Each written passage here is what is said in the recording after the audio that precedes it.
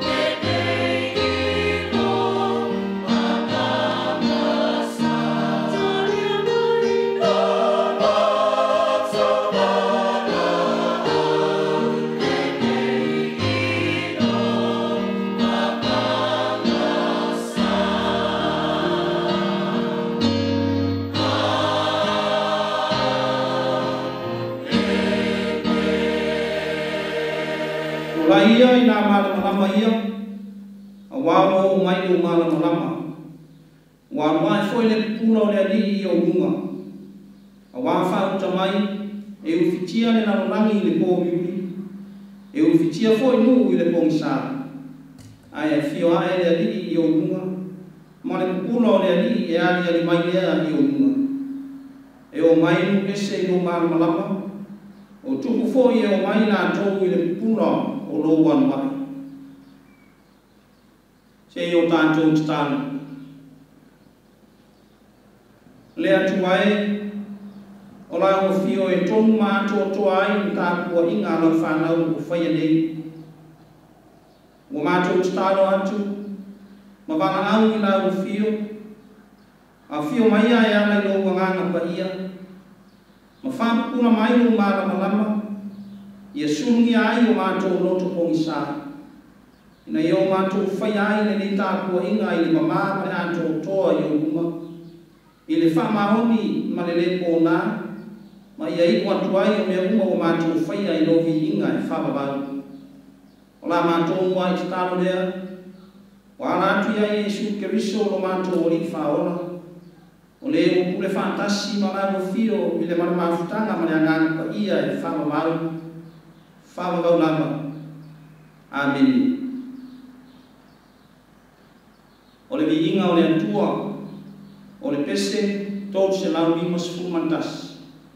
Tot se lau limas fumantas. E biinga ole atua tato te pese atua.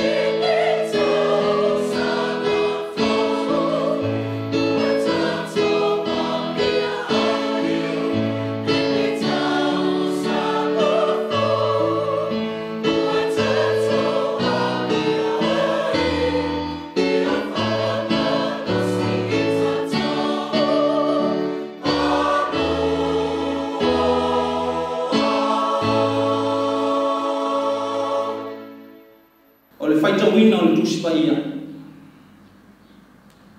Tusi whiwhiwia o le nei a sa, e mai le tusi whaitau asa o le kālesia o Kirisiano. Ua maua mai lea i le whiangai ngā tuai, tusi o kenese mtaro kumua mua. O te whaitau ina mai le whai upo se furu mane wha, e o atu le whai upo se furu mane iwa. Kenese o rono mtaro kumua mua, o te whaitau ina mai le whai upo se furu mane wha, e o atu le whai upo se furu mane iwa. Whaafunga maia, ia whionga pa ia mkato tua. O whetalai mai fo ile atua, ia iai le vani monimo o le langi o mea e malama lama e ilonga ai le au ma le pō. Ia whai fo i ma whai ilonga matau, ma aso, matau sama. Ma ia whai ma mea e malama lama ai le vani monimo o le langi e wha malama lama ai le lano langi. I le mo wha pia lava. O na whaia lea e le atua o malama lama titele e lua. O le malama lama tele e pule i le au. A o le malama lama i titi e pule i le pō. Ua na whaia fo i fitu. Mo tu ai e le atua i le mani monimo o le langi. E wha malama lama i le lano langi. E pule fo i le au ma le pō. Ma ia i longa ai le malama lama ma le pō miuni. O sila sila atu i ai le atua ua le lei. O le afiafi ma le tae au o le aso whalia. Tusi mai le whiangai ma fau. O le tanga le lei na tusia i Ioane. Ta upu e waru. O te toe whaitau ina mai i le whai upu e se furu ma le lua. E o atu le whai upu e se furu ma le waru. Evangelia tusia i Ioane. Ta upu e waru. O te whaitau ina mai i le whai upu e se furu ma le lua. E o atu le whai upu e se furu ma le waru. Ona toi whetawai atu reo i Yesu i ante ina tō. O au nei o le malama lama o le lano langi. O le muri mai i ante au. E le savali o ia i le pōmi uni. Ai i ante ia le malama lama o le ora. Ona whai mai lea o le aufrau saio i ante ia. O e muri mau oe i ante oe.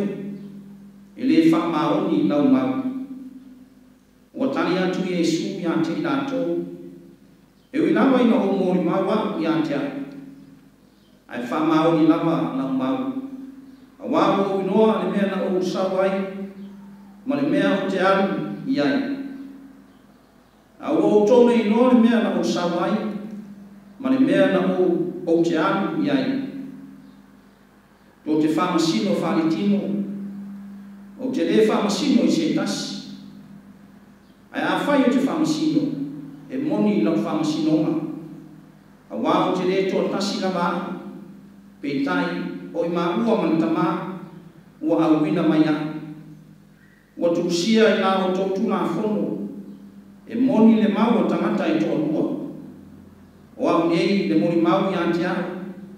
O lo mori mau fō i ante au ni tamā. Ua au wina mai a. Ia whamuia mai le atua. E ana ina o tō whaafonga man tātou whaanonongo, inisi o ana whionga pa ia. Ma ia tū mau o tū pē i ante ia, o lona laba vi inga, ma le mamanu ato, ne i e o i ni whamamau lama. Amen.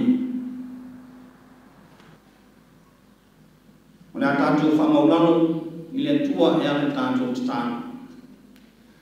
Tātou wifo ma titano i le tua. O fotu marama o le aso fou, man tai au fou. Ina ua whaalia mai no alofa, no mātou utua. I le ala whai mai o lo nuku ma o tangata whātua tua i whanunga ni lei. I na ua soko la mai na mātou malanga, i le aso sālo na lua ni lei, o le tausanga fou kuafe, ua se fu manitasi. Ua tua na i le kongi sa whai ai le mano longa. Au le nei mo mātou whare mai i ronga no manu tāpua i le manuia mai nā uwhiu. E o mātou a watu whātasi e vi inga o le whaafitai, o le whaamanu ma le whaanitanga, i nā uwhio o no mātou utua. A wāo nā uwhio e tonu mātou toa ai le uma mātou te whai.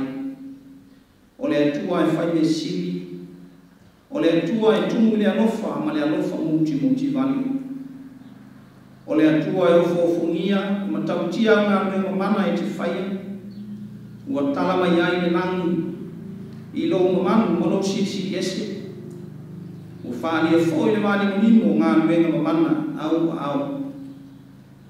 Pāwhtai le atua, ua tuana i atu le nāme yaso, sa whianga iai, lo nuu mau tangata, i tiute, whiau ngā luenga masani ai o soifuanga, ma le olanga. O whapeina fōi le whianga iai o lau whanau whātua tua, ma lo tu tāru sanga, o angpuni matataru, tāru sia ina ai i whainga malanga amata lau whanau, o le ne tau sanga fōu ua sāno ia. Le ngata i tutonu o le lea tunu, o whapeina fōi, si o mātou o tunu o Samoa, sa e masisifo. Le bi inga le whawhitai, e le whaititia i lau fio lo mātou tua. A wāo lau fio o le atua o le ati nai o me le inga o mātou moa. O le atua o le amatanga, ma le whawhotutupu o le fōfuanga, na e whaia i lo lava ma te saupoto. O lau fio o le atua o le māmalama, o sulu mai o māmalama, ma wha māmalama i nai le lalolangi komisa, o le ilo fia i le angasala, ina ia ola ma sāba vani i lo māmalama. Mātou whamanuina lau fio le atua, o wawa le aise tala vale, o mai e whakapole nai mātou. Le amatanga o la mātou wholonga, na o tala o le fia, o langa ina pēa, o vivi ai lau whanau. Le ngata i tutonu o le nei atunu, o mātou mnofu ai. Whapea ina foi, o mātou a inga, o lo wala i atunu mamau, ma Samoa si o mātou atunu. Ai ui a ni ali ina o mawhatia nisi i whanau noa, o no mai tu mau o le tino, o lo tau mawe pēa. Ai maisi o whanau e nai tutupu e le utu wā, o a fia ai so i fua me le ona. Whapea foi le maranga, le whātua ui a le uti, o mōtu si ai whafua sei mawhatanga, mawhanawhana. Ai o mātou talitonu lava, le li e te le utu la foina i nā tō, i o wa awa lofa, ma o awa mawhanawhana. Whawhitai i no lofa tauni muli, o mātou wa aia ma mōni maupea, le ngata i nā tau sanga o tōna i atu.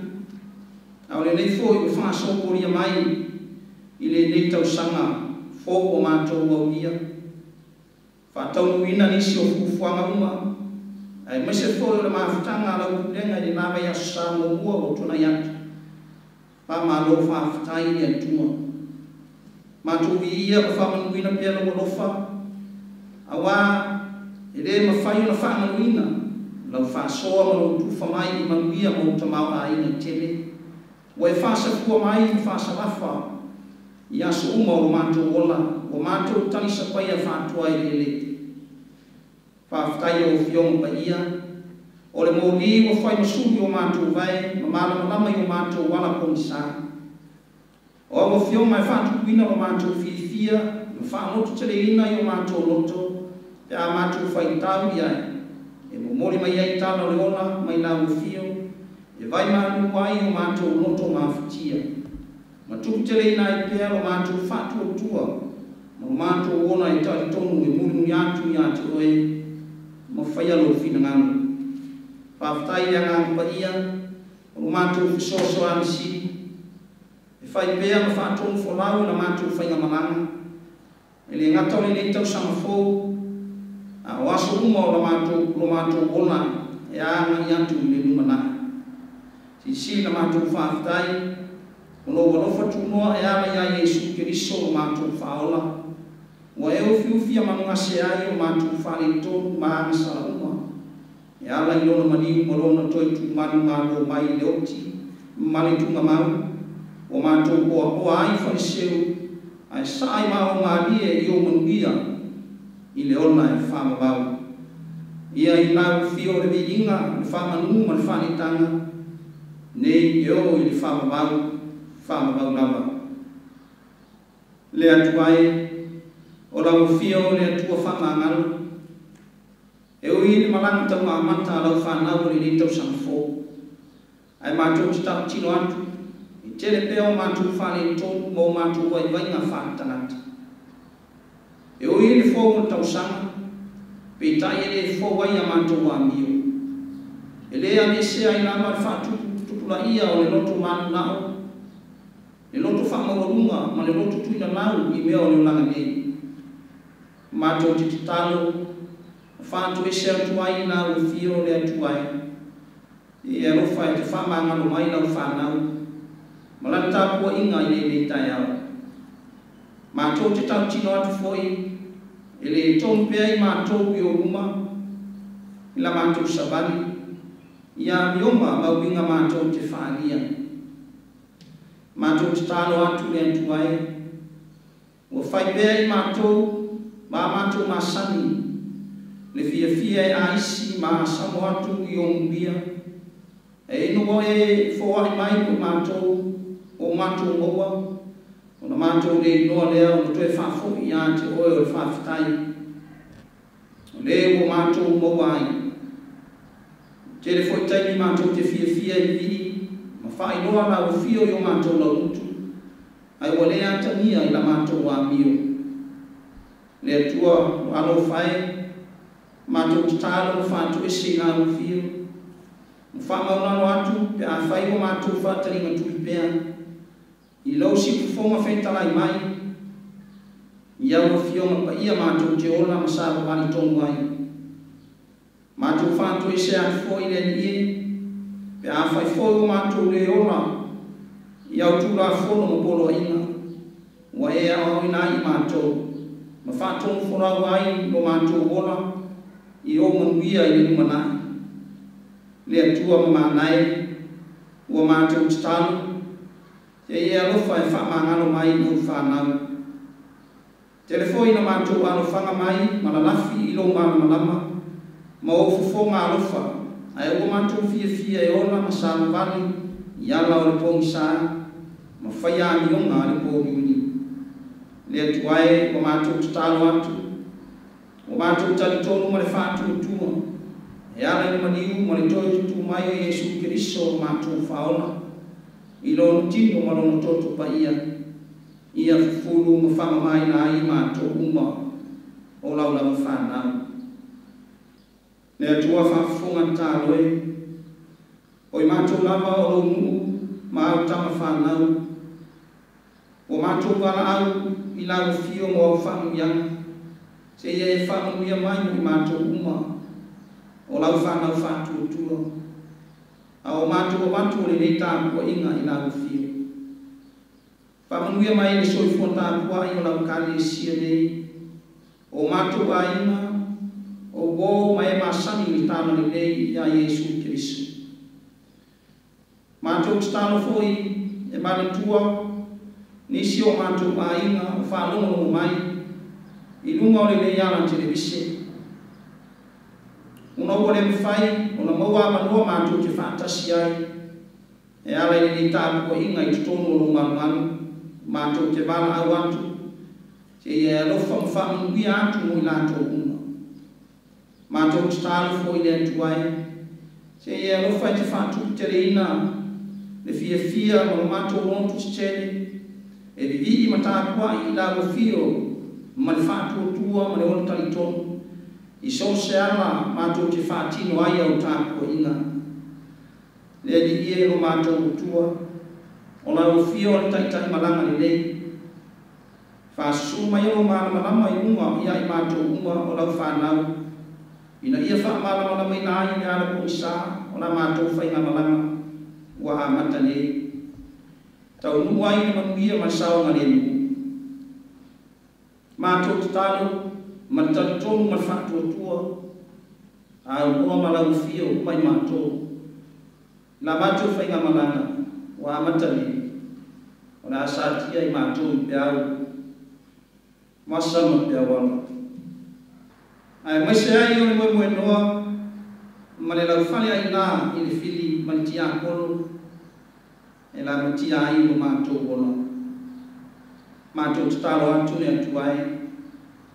Te iei alofa, mai e ana le atu na yo matua mai lato uma no fata autoria i tino vai ma le tino mai tono ainga ma so se no fuanga o su fainga pa pe foi a mato fanau mato stalo foi le ie i mafitianga o le langa nei o tau mi ai isi fe lava so se ta fore nei na langa ma le tuo foi na mato stalo ma tango mo sia mai pele no le oti ia fa ma fa ina lo wanganga mo ina to uma le iero mato tua a wa mato na fa nau ma o tangata i fia o tu tira mata o le yaso o salia mato stalo ia tau taina o fio e manu ai tau foi mo ai na o bala ai a tu mamau fa be foi sa mo i o atu ia o fa mianga mana tua la mato stalo le ie na o ona to ina mai tina o fa nau au iai malolonga ia iai o whaamianga ma ia la me ina ina tōu me o mau iai o la o pauna o loko whengai pēr ma le ngā ruenga le whaingo fie me whanau loa ina ma numuri atu o lo whina ngano ma le tāma le nei a Yesu Kiriso ia wala whaona po nei ua e saunia ia whamuia whanau tele sila fia ma le noa ma le tua foi na mātou tutanu fai ngā mālo sa moe sifo ma sasai. E o na taitai o na tangatalu. E whamuia rea tuai. E whapea fōi le nei atunu o mātou nofo māo mawai. E te talo atu fōi le lie mō taitai o kāre sia kirisia na uma i le lanolangi. I tutono so se whatu whaitau langa. I la tō e o ngā rue ngā ruenga whaamisionare. I tawhai fia o le lanolangi. Mātou wanga au, ia taitai ina i nātou malawe ina, i le mana o loa ngāni pa ia. Le li iero mātou tamai, e mana tua pēr e whaamai o loku pesi, maafi ai le nanolangi, o mātou whanau longo pēr i whātuputupu na ia. O le anga i lunga o e o mani liu maafi ai, mātou titu i nātu pēr le li e lawe ai, ma pui o tamata. Ai misi o le nanolangi. Le atuae no mātou tamā. Le alu o tala ni nei le asu sāu sāpati. Ia whamanuia ma whangana ina lau whaingāna benga whorofona. E momori atu o whinangano o tā oso o tā pena i whaingā malanga lau whanau whātua tua o le nei tau sāmafo. Whātasi mai alo wanganga pui mātou lau whanau. Ma lau o ona mai ma le whātau waa. E whamatala roto o a whiongo paia. O le a mātou whālongo iai. O le ana mātou tatalo. Na mātou o lenga na whātasi ai ma tatalo lilo.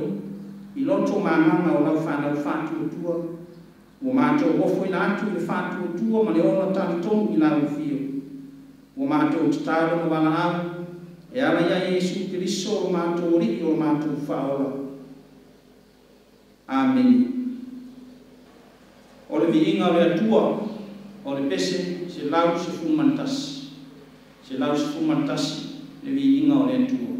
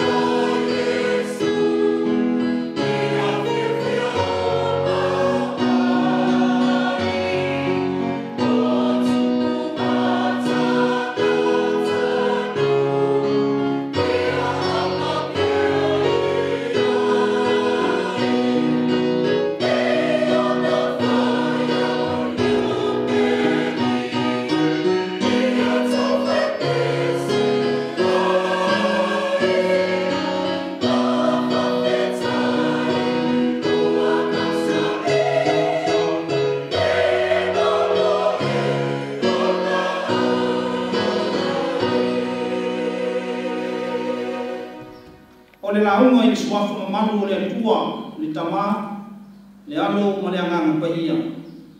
Ameni. O moana tua le launga i le nika e au ma le tusi paita waso le kanisia mai le whianga i tuai tusi o kenese mta uku mua o whiwhiria le whai kuko sifuma le ono e whai mamatua o le launga o le neia sa whaafonga maia te i oto e whai tauina. O na whai le atua o ngāna mana matitere e lua o le mana mana matele e kure le au a o le mana mana maititi e kure le po wana whai a fo i whitu. O le manatu au tu o le neia sa ma tusi whai tawaso e whaapea o maoli i le pongi sa o maoli i le pongi sa e tele mua ngana sa moa e a fua mai i ang talatua na mua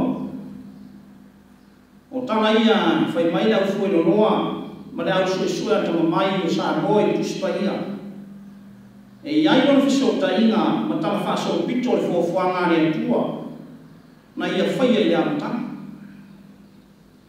Tala ia o lo lau saa mai ai ni tusi tana o kenise.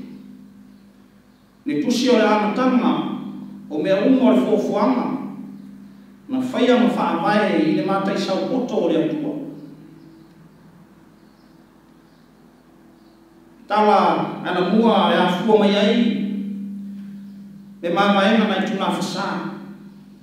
E whaapere le mauanisi ale atunu o le mamaenga le atamaitai o sina tapu itea i lono tuangani o natu ima na whaapea tua i tamaitai i lono tuangani sauia o le ane nofo atu i nei a wau o le ane wanu i sisifo o te tūmai ai le nani ma o liu whi tūmai ai a o tūmai le afiafi o na ea ngana tai ai lea ma e tari sua ai ai a o tūmai ni tai au po ole mame au o le a e whai mananga ai ma e usu seu ai e whaoringa mai ia uputau mā mai a tamai tai lonu tuangani o lo whai loa mai ai se mawhutanga o wala i le tino ai mai a pea le alofa whai loa mai i le mālama o fitu pupula. Whai mai le tala, ua li iua tamai tai sina tapu tea ma fitu pupula ma ua tū mai le nangi. Ma ua mea ai ma pānita lea ua taua e Samoa o le fitu ao ma le fitu a fiafi. O ia fitu pupula e lua o lo wa aia pea ni sisu mālama mai pea e peo ni mōli i ne tae au ma le afiafi e o mai lama i leo nasu.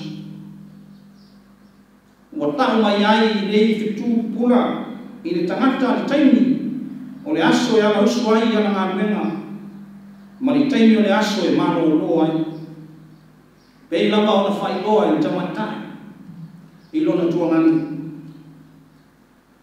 I le neta na tuana mua le atu o whōringa e tāna tutusa mai aiso na fisio ta inga ma le tala kene se i le whōwhanga le atua na ia tā pena i le aso o na whā pei o na whā matala ina mai le tusi whai tau o le aso. I le mōi mawa tusi tāna kene se i le amatanga wa ia whai loa ma whā matala mai ai le siri ese ma le matautia o le atua. Le tō whātitala le atua ma lona mata i saupoto na fua ai na whātō whala inga i le aso o na whā a whanga solo o na whā mai le langi ma le nalo nangi i le amatanga. O le atua o le pule ao ao o mea uma a o le atua foi o le titala o mea uma e a fua mai ai le ona. O mea uma na tabui ma whiri mea whātasi sa nunumi ma ngao ngao ua mātana tala ma mā wholwholo. o mea ua foi ua ufitia i le pouiuli ma le poʻisa ua susulu iai lona malamalama ua iai le ola o moni i le poʻisa o le faatusa o le ola ua tuuina i le mea e leai se ola e faamatala ai le atua o ia o le ola.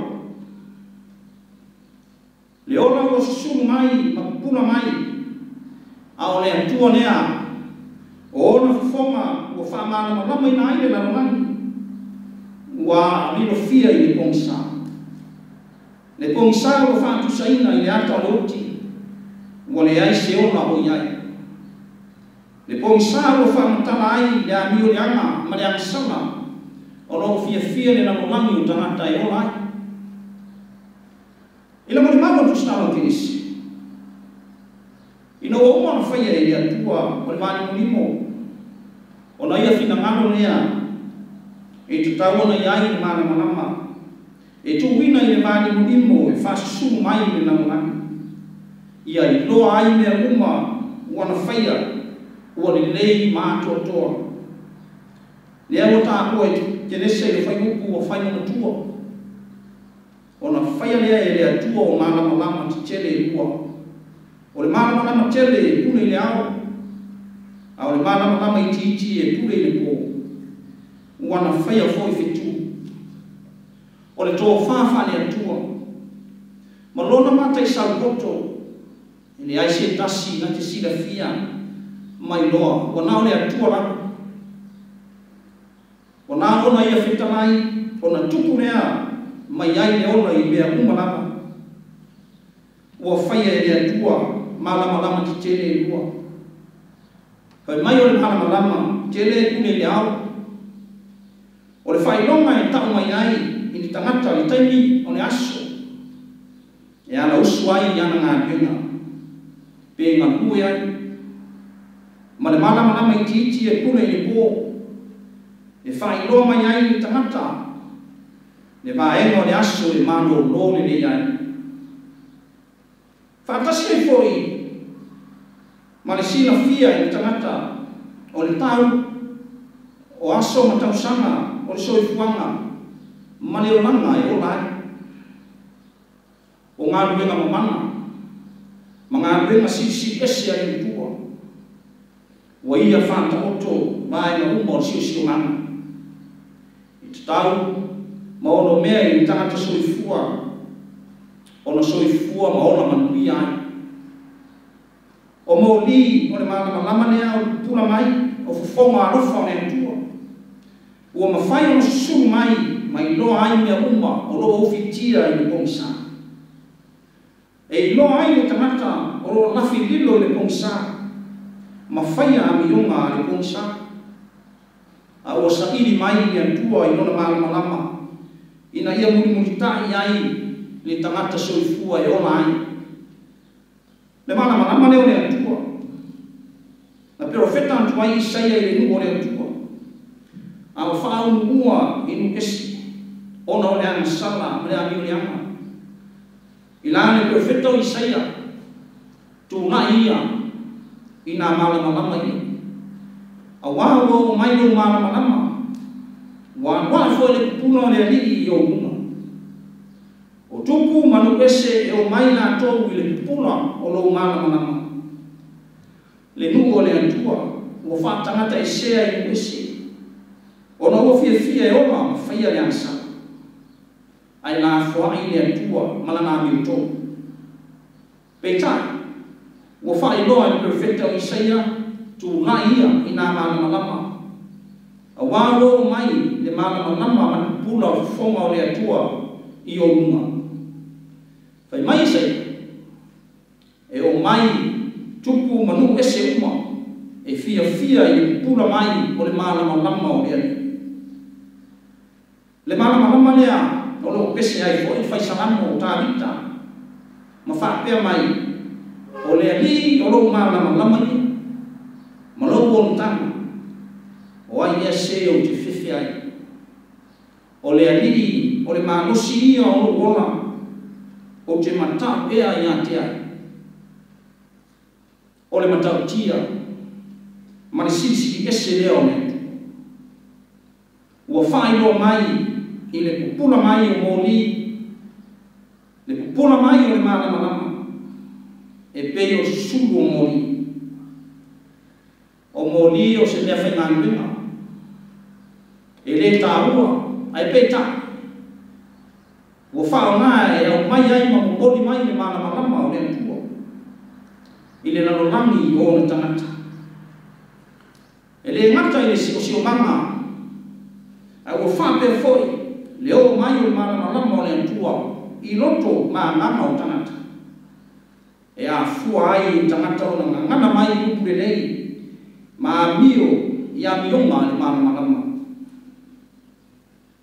o le tasi le nei o vaenga tala whaaso pito le fofuanga le atua na whaia i le aso na wha o lo taoto i ai le misterio lilo le atua e tusa i o manatu malangona o le au poto sua tusipaia e ala i malama titeli na whaia i le atua i le mawhai o na iai maau i ai si la fia ma le loa se tasi ai wana o le atua lava ma le o fina ngalo le atua na te whai loa i ai o aia o Yesu ulo nalo le o lo mori mau mai ai le evangelia Ioane i le whianga inga fō na whetangai ai Yesu o au nei o le malama o le nalo nani o le muri mai a tiao i le sabani o ia i le pōmi uri ai ia te ia le malama o le ona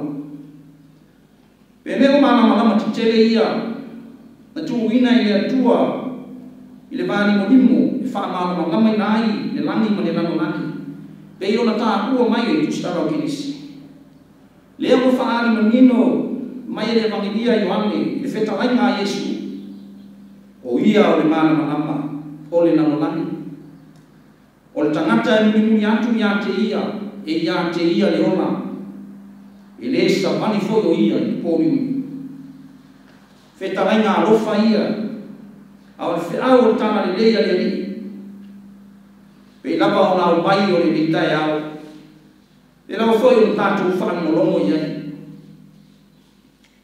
o le whiau o mongori mai i a te oe ma o le whiau o le whina ngano o le antua le lava na whailoa i Yesu i ana whetarainga e na whailea maana na ti ngā ai loto na wharusaino Malato whaapea atu. Wa e mori mau oi i ati o e rapu.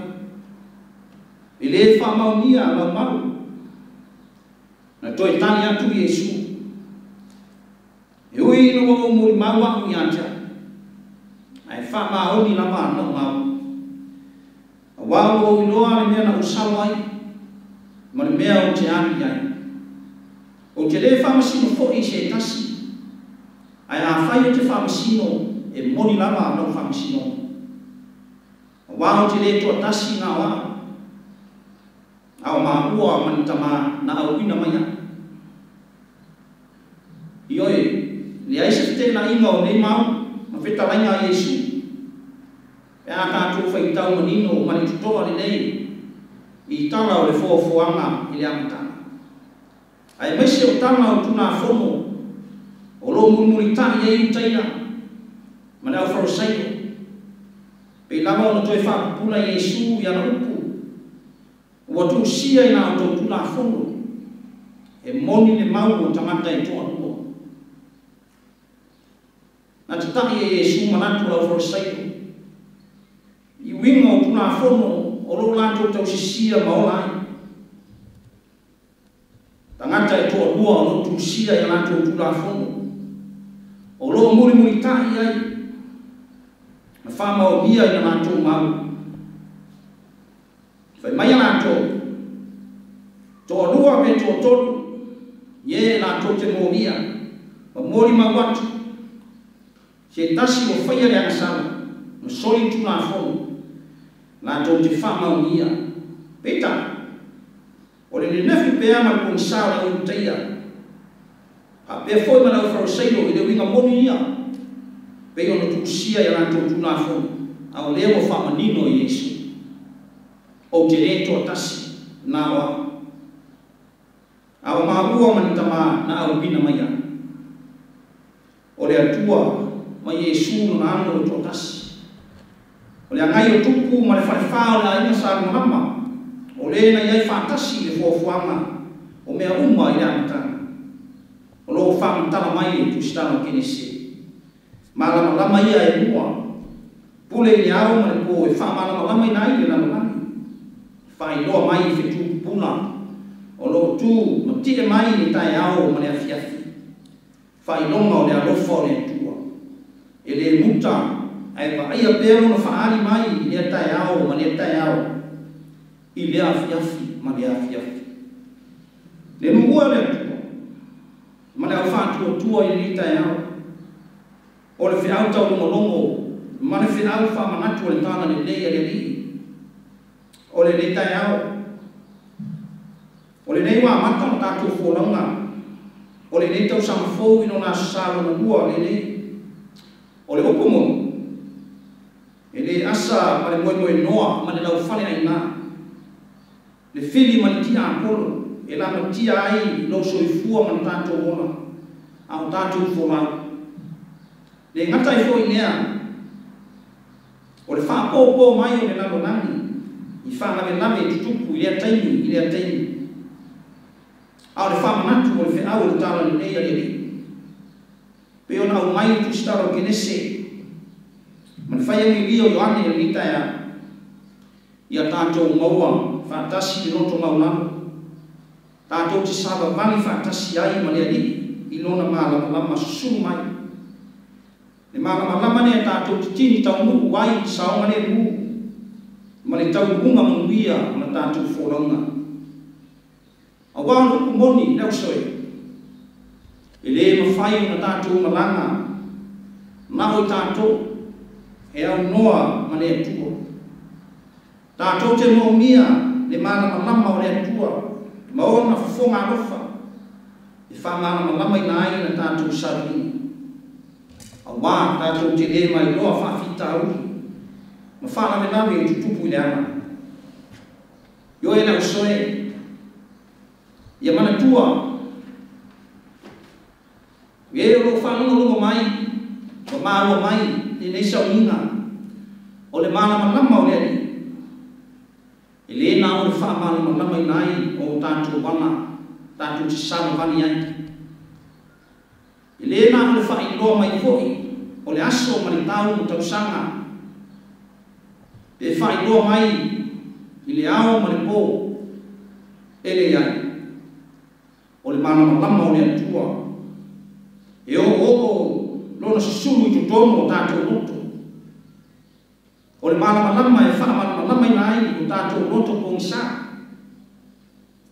ina ia kua ina mai ai i ai tātou o upu e le lei ma fai loa mai ai o tātou winga ma mionga le lei e fia nai le atua o le malama o le atua e au mai le ola fou e taitai ina ai tātou o lana whanau i le nei tau sama fou ma asa uma o tātou ona ina ia o tātou tau mua atua i Jerusalema fou ua saunia i le atua mo i tātou o lana whanau i lawa ona whitarai Jesu o au nei o le malama o le nanona o le muli mai atea e le sabani o ia i le pōlui ai ua ia te ia le malama o le ona Jesu Keriso o ia o le malama o le ona na uina mai e le atua ina ia whamangano ma whaola ina ia ngasara ane nanona e ala i lona maniu o lona maniu ma lona toi tu mai i tu mamau wa ame se ai le pōngisa le ata oti wa tanu mi ai i tangata masala a ua whaola ina ai i tātou uma o lana whanau na ia o tātou manu mano whaatasi maia i le ona e whamamau le malama leo Keriso e surungia ai o tātou wana i le ona e whamamau mo saunia e le atua mo i tātou malela no langi uma. Ia whanguia le atua I lewe a sa, ai mese fo I sa walinga, I tiuche I whiau ngā nueni. Amen. O le viinga o le atua, o le pese no se lau tōtsu fuma le fitu. O le atatou pese atua.